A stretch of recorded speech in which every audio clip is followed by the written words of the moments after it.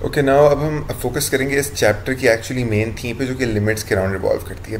तो एक लिमिट होती क्या है, पहले हम ज़रा इसको थोड़ा सा डिफाइन करते हैं। It is the value approached by a function. Suppose हमारे पास एक फंक्शन किसी जगह पे अनडिफाइंड है and we have to kind of predict कि अगर वो वहाँ पे डिफाइंड होता तो क्या वैल्यू होती या क्या अप्रोच हो रही होती, तो हम लिमिट इस्तेमाल करते हैं। अब इसके मल्टीपल यूज केसेस हो सकते हैं कि अगर आपका फंक्शन इन्फिनिटी अप्रोच कर रहा है या तो जंप डिसकंटिन्यूटी या any other thing like that, तो फिर आप लिमिट निकाल सकते हो उसकी।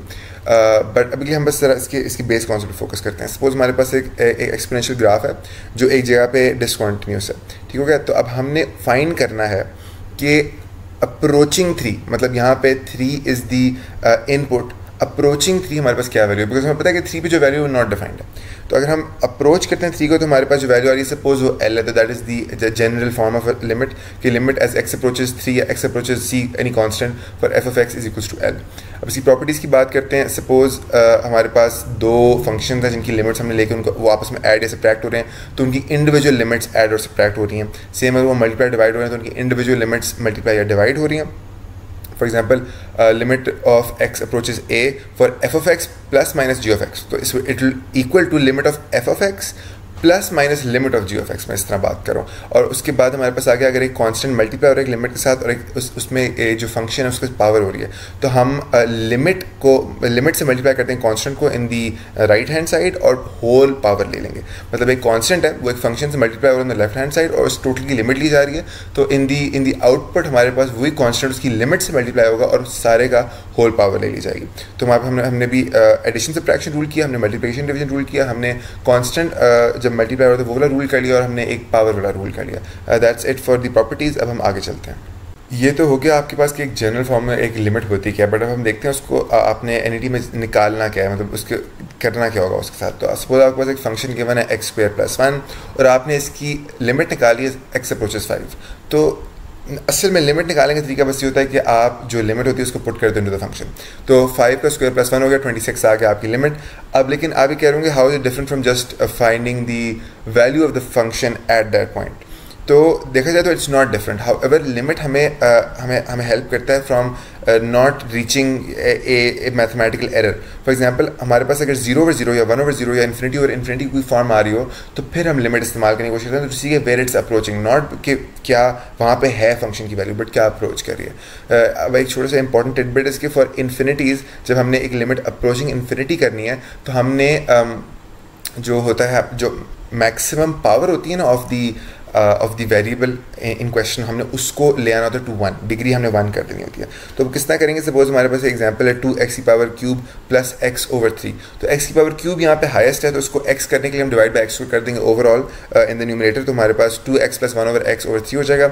एंड वी नो कि 1 अब हम इसमें इन्फिनिटी पुट करेंगे ना, तो वी नो कि 1/∞ इज 0 बिकॉज एनीथिंग जो कि एक्सपोनेंशियली छोटी हो रही है तो obviously it's reaching 0। and 2 into x, मतलब 2 into infinity is still infinity and infinity divided by 3 is still infinity, so infinity is our final solution. Now all of that said, हमारे पास एक बहुत ज़रूरी टिडबिट है फॉर योर डिफ़िकल्ट लिमिट के questions. NET में आपको इस तरह के बहुत सवाल आएंगे जो कि आपको इन प्रैक्टिस बहुत ही मुश्किल लग रहे होंगे, बहुत ही लंबी रैशनल इक्वेशंस हो सकती हैं, तो उनकी लिमिट निकालने का आ जाएगा। तो इसको थोड़ा सा अंडरस्टैंड करें कि आपको लिमिट निकालने के लिए अगर आप फंस रहे हो, अगर आपको 0/0 या इन्फिनिटी या इस तरह कोई फॉर्म आ रही है और आप फंस रहे हो, आपसे लिमिट निकल नहीं रही, तो the best way to go about it is कि आप न्यूमरेटर और डिनोमिनेटर दोनों का आप ले लेते हो डिफरेंशियल, मतलब आप उनको डिफरेंशिएट कर देते हो, तो उससे हमारे पास एक बेहतर फॉर्म आ जाती है। आप इसको सिंगल टाइम भी डिफरेंशिएट कर सकते हो, डबल भी कर सकते हो, बट इसके बारे में इतनी भी बात इसलिए नहीं करना चाह रहा बिकॉज अभी हमने डिफरेंशियल्स पढ़े नहीं है। नेक्स्ट आप जब डिफरेंशियल्स कवर कर रहे होंगे तो मैं आपको ये वाला कॉन्सेप्ट दोबारा एक्सप्लेन कर दूंगा कि आप न्यूमरेटर और डिनोमिनेटर दोनों का अगर आप डिफरेंशिएट कर देते हो दोनों को, तो आपके पास एक ऐसी सिंपल फॉर्म बन जाती है जिसकी लिमिट लेना यूजुअली ज़्यादा आसान होता है।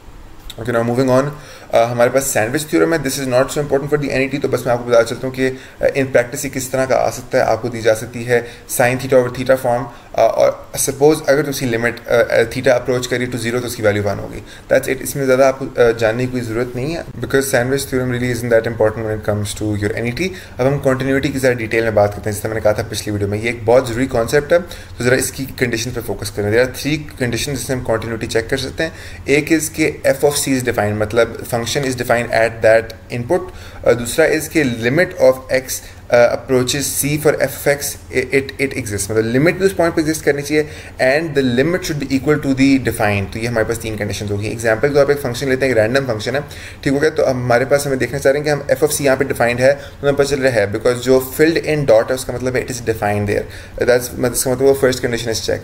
Second condition is the limit, if the limit exist, तो हमें पता है कि अगर हम लेफ्ट से देखें या राइट से देखें तो the limit does exist, but क्या डज द लिमिट मतलब इक्वल टू द फंक्शन जो उस पर वैल्यू पे डिफाइंड है। तो अगर हम लेफ्ट से देखें तो लिमिट हमारे पास आ रही है 10 सपोज, एंड जो एक्चुअल डिफाइंड है वहाँ पे फंक्शन वो 20 की इक्वल है। Third condition is not satisfied, therefore this function is discontinuous. एक और मेथड इज कि अगर हम लेफ्ट हैंड लिमिट को equal to right hand limit prove कर सकते हैं, एंड अगर हम ये देख सकते हैं कि जो लिमिट है एज एक्स अप्रोचेज सी वो वहाँ पे is in fact equal to the function वहाँ पे डिफाइंड है, मतलब जंप डिसकंटिन्यूटी नहीं है, तो that means it is also continuous. इसके बारे में थोड़ा सा आपको बताता चलूँ। लेफ्ट हैंड लिमिट वो होती है जो एक पॉइंट को एक लेफ्टवर्ड ग्राफ से लेफ्टवर्ड अप्रोच कर रही हो लिमिट, और राइट हैंड लिमिट होती है जो राइटवर्ड अप्रोच कर रही हो। तो इन दिस केस हम देखते हैं कि left hand limit is 10 because left से अगर हम जाएँ तो it is approaching the value 10, उसके अलावा अगर हम राइट से जाते हैं तो it is approaching the value 20। तो अब हमें यहीं से हमें पता चल गया कि left hand limit does not equal to right hand limit, तो दिस इज़ यहाँ पे प्रूव्ड रॉन्ग कि मतलब this function is discontinuous. However there will be some certain questions जिनमें left hand limit will be equal to the right hand limit, but वो फिर भी discontinuous होंगे, उन्हें कहते हैं हम जंप डिसकंटिन्यूटी। तो होता ये कि द फंक्शन उस पॉइंट पे डिफाइंड कहीं ऊपर होगा या किसी लाइक 20 पे डिफाइंड होगा या 30 पे डिफाइंड होगा, but both of the limits will approach 10। तो ये 2 चीज़ें आप याद रखें। These are 2 methods for finding continuity. एक पहली है जिसमें 3 कंडीशन आप प्रूव कर सकते हैं, और एक दूसरा जिसमें 2 कंडीशन प्रूव कर सकते हैं। इसके एक इंटुइटिव तरीका भी होगा कि अगर आप उसको खुद ग्राफ कर सकते हैं अपने दिमाग में, तो आपको पता चल जाएगा कि इट्स कॉन्टिन्यूस और not, if there are breakages या वो तो वो डिसकंटिन्यूस होगा। But these are some surefire ways जो कि आपको एनईटी में बहुत हेल्प करेंगे।